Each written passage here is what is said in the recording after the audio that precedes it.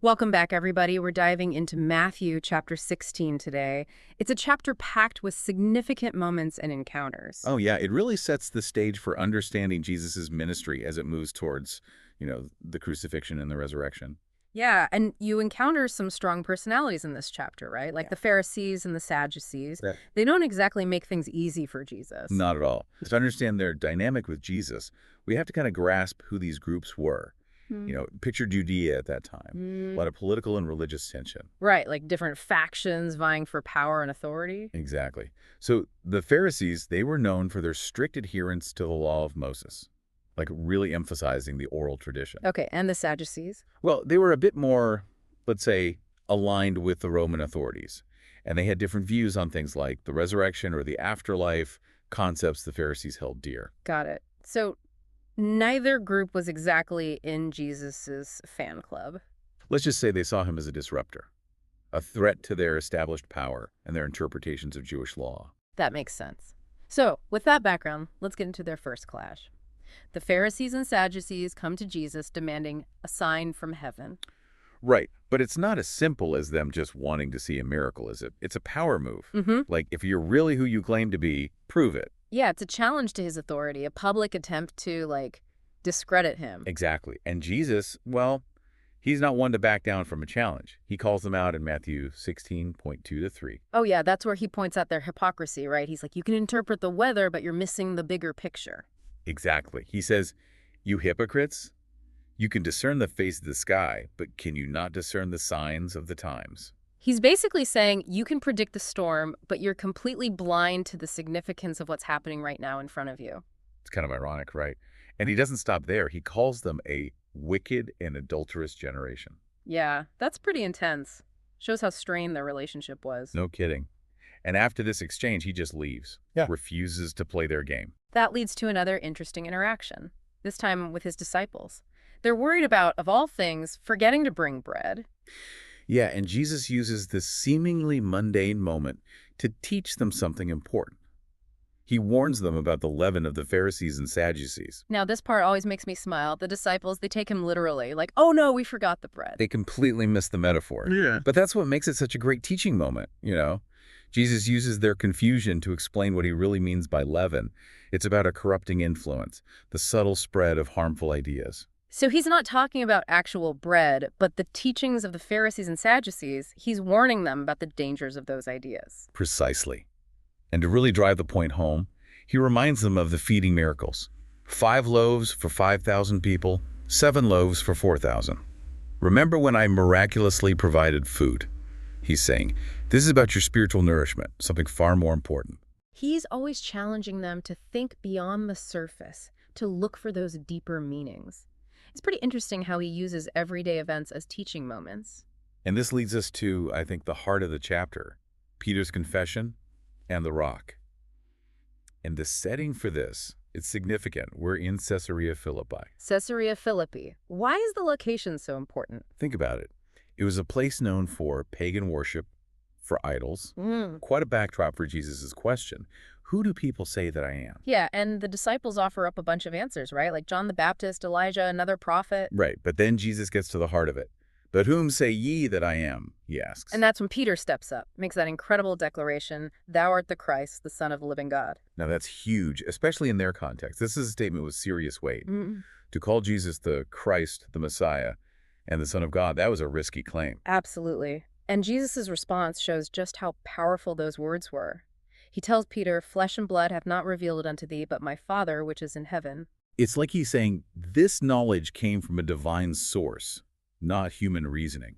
Then comes the famous line, thou art Peter, and upon this rock I will build my church, and the gates of hell shall not prevail against it. Ah, yes, this rock. Debated for centuries, right? Does it refer to Peter himself as the foundation? Or to Peter's confession of faith? It has huge implications for understanding the church and its authority. Regardless, it's a powerful statement about the establishment of the church and its resilience. And it doesn't stop there. Jesus gives Peter the keys of the kingdom of heaven and the power of binding and loosing. Okay, I'm going to need a bit more on that. What does it all mean? The keys, they represent authority, the power to open and close, to grant or deny access. Binding and loosing refers to making decisions that have consequences, both earthly and heavenly. So it's about giving Peter a unique level of authority and responsibility within the group. Right. But even after all this, Jesus tells him to keep his identity a secret. For now, anyway. Kind of strange, right? Yes. After such a big reveal. Maybe it speaks to the nature of his mission. It wasn't about earthly power or immediate recognition. There was a bigger plan unfolding. Makes sense. We're left with this sense of anticipation, knowing something major is coming, but the timing is key. And I think that's a good point to pause for now. We've covered a lot in this first part of Matthew 16. A lot of ground covered, yeah. Yeah. But there's so much more to unpack. But before we move on, take a minute and think about what we've discussed so far. Yeah, what stood out to you? What parts resonated? What questions do you have? So we left off with Peter's big declaration and Jesus telling everyone to keep it quiet. But then the tone shifts, like things get serious. Oh, yeah. Jesus starts preparing his disciples for what's to come. And it's not exactly good news. He's pretty blunt about it. Yeah, he tells them, point blank, I'm going to Jerusalem, I'm going to suffer, I'm going to be killed, and then I'll rise again on the third day. Whoa. Can you imagine hearing that? You've seen miracles. You just heard Peter call Jesus the Son of God. You'd think things were about to get, well, awesome. Yeah, like a divine victory parade. Instead, Jesus is talking about suffering and death. It's a reality check. And it must have been hard to process, especially for Peter. Right. He's the one who just moments ago made this bold confession of faith, and now he's like, no way, Lord. That's not going to happen. He actually rebukes Jesus. Says, "Be it far from thee, Lord, this shall not be unto thee." It's almost like he's so overwhelmed he just blurts it out, trying to protect the one you love from pain. It's a very human response. But Jesus, well, he doesn't take it lightly. He says, Get thee behind me, Satan. Thou art an offense unto me. For thou savorest not the things that be of God, but those that be of men. Intense. Yeah, pretty strong words. It might seem like an overreaction, but when you think about it, there's a spiritual battle going on here. Satan, the tempter, always trying to lead people away from God's will with promises of comfort and ease. And Peter, even with good intentions, is kind of echoing that temptation. He's trying to steer Jesus away from suffering, even though it's part of the plan. So it's not that Jesus literally thinks Peter is Satan, but he's representing that temptation, that urge to avoid the hard stuff. Right, and this sets up what I think is one of the most challenging teachings in the whole New Testament, the call to discipleship. Yeah, the take up your cross and follow me part. Powerful imagery. In those days, carrying a cross wasn't just a physical burden. It meant shame, suffering, death. Jesus is saying, following me demands sacrifice. It's not just about believing, it's about committing, even when it costs you. And this ties directly to what he said about his own death and resurrection. He's not just talking the talk, he's walking the walk, showing what true leadership looks like. Then there's that line, for whosoever will save his life shall lose it, and whosoever will lose his life for my sake shall find it. It's a paradox, right? It is. It challenges our natural instinct to protect ourselves. Clinging to comfort and our own desires, it can actually lead to spiritual death. But when we surrender to something bigger, that's where we find meaning. I think about people who've risked their lives for others, for justice. Maybe they lost their earthly lives, but their actions inspired so many. It shows that losing your life to find it isn't just some abstract idea. It's played out through history. So how does that apply to us today? Most of us aren't literally carrying crosses. That's the question, isn't it? What does taking up your cross look like in the 21st century? Maybe it's standing up for your beliefs, even when it's hard, or sacrificing your time to help others. Maybe it's even forgiving someone who's hurt you, putting love and compassion first, even when it's tough. And that leads to Jesus' final point in this section. He asks, "What is a man profited if he shall gain the whole world and lose his own soul?" It's about priorities. What matters most? What are we willing to sacrifice for? Imagine achieving all the worldly success you can dream of. But in the process, you lose your values, your relationships, your soul. What good is it then? It's a question we all need to think about. What are we really pursuing? What's truly valuable? There are no easy answers, but wrestling with these questions, that's part of faith. Yeah, it's not about having all the answers, but about being willing to ask the tough questions. And that's what makes this chapter so powerful. Challenging, too. Oh, definitely challenging. But isn't that where we grow the most? When we're pushed out of our comfort zone. Absolutely. And that leads us into the last part of Matthew 16, where we see this challenge playing out for the disciples. But before we jump in, what stood out to you in this section? It's amazing how much we've covered. From Jesus's announcement about suffering, to the call to discipleship, to that question about the value of a soul. Take a moment and think about what resonated with you.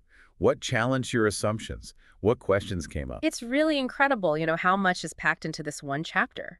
We've seen Jesus go head to head with the religious leaders, clarify those misunderstandings with his disciples, and then make that profound statement about who he is and what he's all about. Yeah, and now it feels like we're getting even more personal, like Jesus is really taking the time to prepare his followers. Right, and he starts talking about what's in it for those who choose to follow him. Like in Matthew 16:27, he says, "For the Son of Man shall come in the glory of his Father with his angels, and then he shall reward every man according to his works." It's a powerful statement about, I think, divine justice and the consequences of our actions, Yeah. not just in this life, but in the next. Yeah, it's not about earning your way into heaven, but it does acknowledge that what we do reflects what's in our hearts. Exactly. And it ties back to that earlier question about what truly profits a person.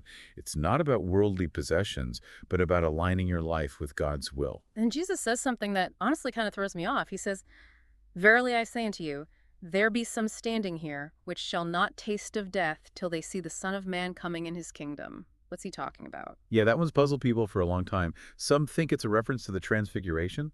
The one where Jesus is like glowing on the mountaintop and the disciples see his glory. That's the one. It's like they get a preview of the coming kingdom, a taste of the power and majesty that's going to be fully revealed later. So even amidst all the talk of suffering and uncertainty, there's this glimmer of hope. Exactly. The kingdom is coming, and those who follow Jesus are going to be a part of it. So looking back, we started with confrontations and misunderstandings, then a declaration of who Jesus is, a call to follow him, and now this glimpse of hope. A whole journey packed into one chapter.